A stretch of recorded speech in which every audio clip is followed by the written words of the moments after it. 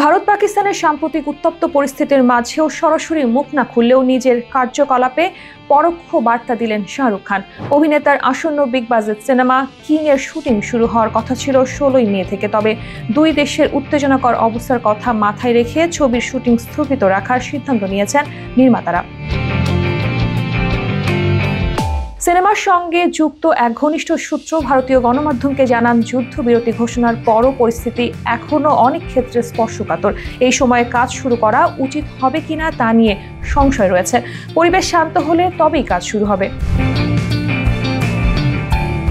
এই ছবি নিয়ে দীর্ঘদিন ধরে বিস্তর আলোচনা হচ্ছে। শাহরুখের সিনেমায় রয়েছেন সুহানা খান, এটি তার বড় পর্দার প্রথম কাজ।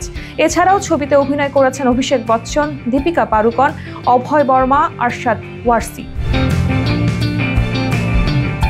জানা গেছে সুহানার মায়ের চরিত্রে দেখা যাবে দীপিকাকে। সিদ্ধান্ত আনন্দ পরিচালিত এই ছবি ঘিরে ইতোমধ্যে আগ্রহ তৈরি হয়েছে দর্শকদের মধ্যে। 2026-এর শেষের দিকে এই ছবি মুক্তি পাবে।